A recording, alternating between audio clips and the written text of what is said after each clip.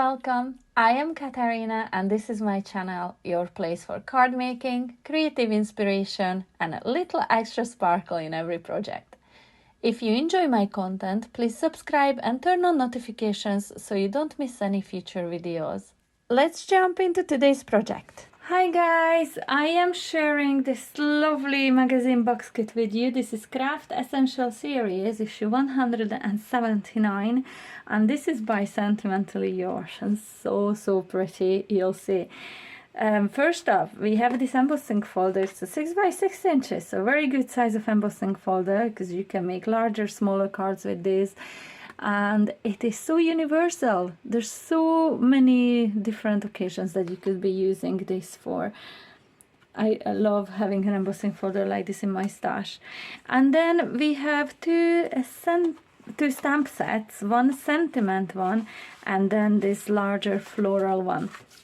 So let me walk you through very quickly. So we have some lovely floral frames. We have some other floral arrangements, one that could go on the border, one for the corner. We have some individual floral stamps which you could cut out and just layer on top of your existing flowers. Really clever idea. We have a dragonfly, butterfly and all different splatters and this crisscross background stamp as well. Now we have this floral arrangement and this one. I'm going to show you where to start. Okay, so we got an email that they noticed slight issue with this one because the sentiment stamps don't fit the smaller frame, which would be the die frame for this here, meaning you cannot stamp any of these in there just to fit. I probably will be able to work with some of these because if I just stamp thanks in there or just with love, I would be able to work with some of these anyway. The die, okay, so because then we have this die that will go around there to cut that one out, and I think this would work with this one in here as well. There's some overhanging bits. Which way? This way.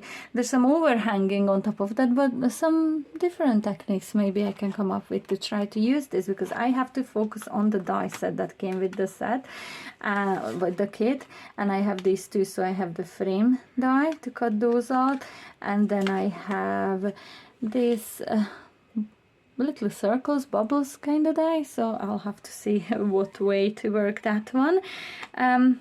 So once they realized the issue with the stamp sets and the sizes of the sentiment against the frame, they've sent us an updated topper sheet. So this is what the original paper pad looks like, and I'm going to walk you through this one.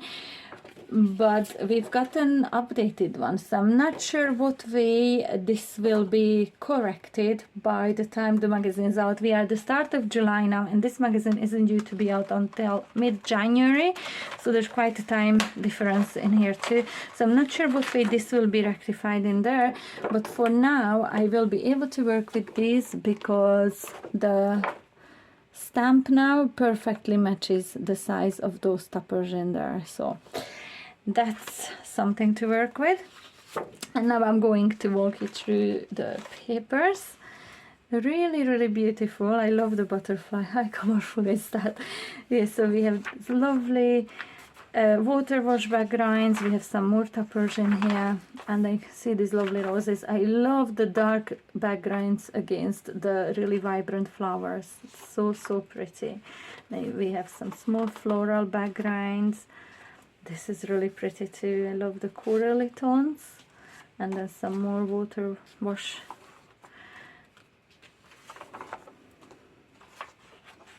And then it starts again, so we have two of each, and of course I have the updated topper sheet as well. So this is what I've got to work with to do die cutting techniques using these two small dies. I really am not sure where I'm gonna go with this, but yeah, I will be back to show you what I've created once I'm finished with all the cards. So it's 5 cards that I will be making using this one, and I'll see you back in a bit. So for card number 1, I made an oval card, and since I used to use with die cutting techniques, like simple die cutting but techniques as well, in here I used inlay die cutting. So you can see how I cut into this front panel, which I ink blended on. I cut into it with this die, and then I placed it back on top of that holographic card. And then I've die cut the same again from all different colored card, which I inked up. This is all my inking, the background and all these colors too. So I inked up all different colors of pieces of cardstocks. Die cut it with this die here, and then I placed them back on top of that, and then I added an extra white die cut. I hope I'm explaining this well, guys. It's like 1 o'clock in the morning. I'm tired.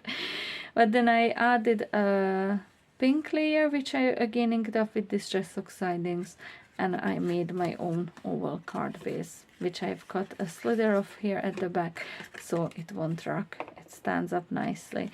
For the topper I used lots of foam pads, so there's a lot of dimension going in there from the stamp set colored in, and I think this card turned out quite pretty. You can see some of the holographic showing through from there because I didn't fill out all the circles in there. So yeah, this is card number 1. So for card number 2, look at this. I fell in love with this die as I was making this card. Honestly, it's just so pretty. So you can see that I added this tag topper on top of a 5x7-inch card. In the background, I used the embossing folder and I added the strips along the white card. And the tag itself measures 5 by 3.5 inches, and it's 2 layers. You can see the first one is ink blended on, and then the top one is just left white.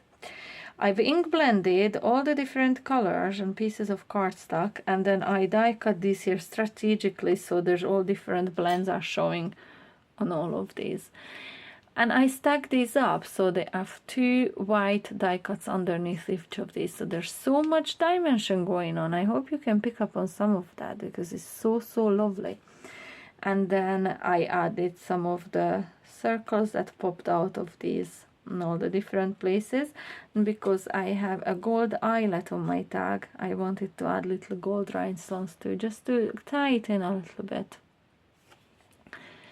And then I popped it on foam pads, added it onto my card at an angle, and the birthday wishes from the sentiment stamp set is stamped onto vellum, and then I adhered the vellum onto cardstock. And I don't know why, there's just something about that. It adds a little bit of a luxury to that card. I really love doing that technique. I definitely will be coming back using that on other cards too.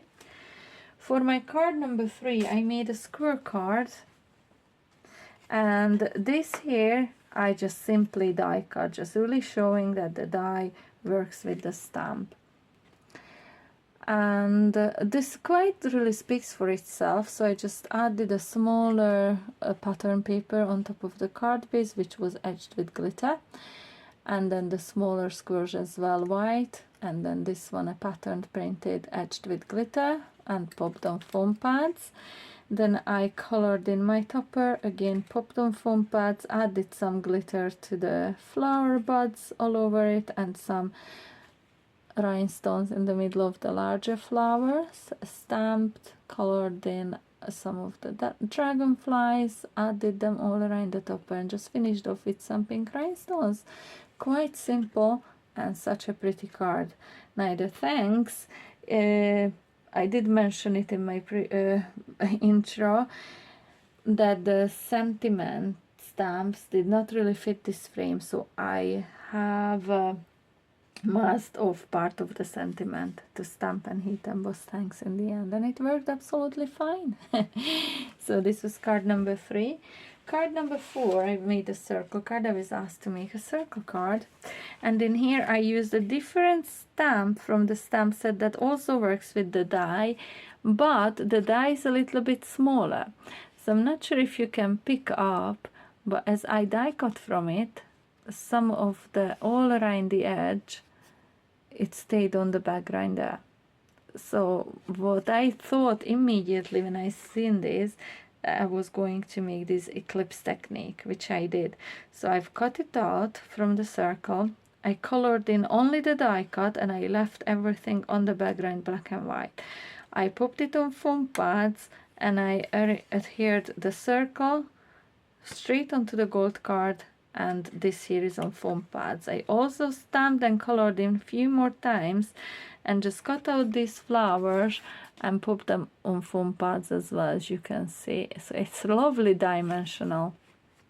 And here I just added some of the splatters with stamped with distress oxidings, and I adhered the whole thing on foam pads to a larger card base, which is also lined with some pattern paper edged with glitter, crystalline glitter. And then I just added the birthday wishes banner on foam as well.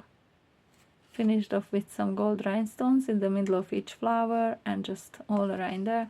And this is card number 4. Really pretty. So for card number 5 I made a shaker card, and the technique I used here is partial die cutting. So this strip is part of that topper. So when I went to die cut, I only added the top plate in my die cutting machine up to that line. Then I turned the topper around and I did it on the other side as well, and then I just cut in with my scissors at a straight line. So this is really another lovely technique that you can use, and I turned it into a shaker card. It was all stamped, colored in, and added some blue glitter this time.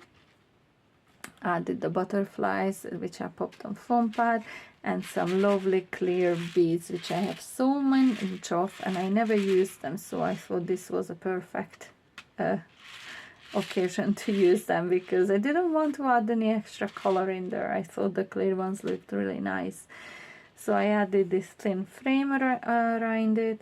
And then the whole card measures, so from corner to corner would be 5 3/4 of an inch, or from side to side just 5 inches. So it's a lovely size card. The topper is from the downloaded sheet again.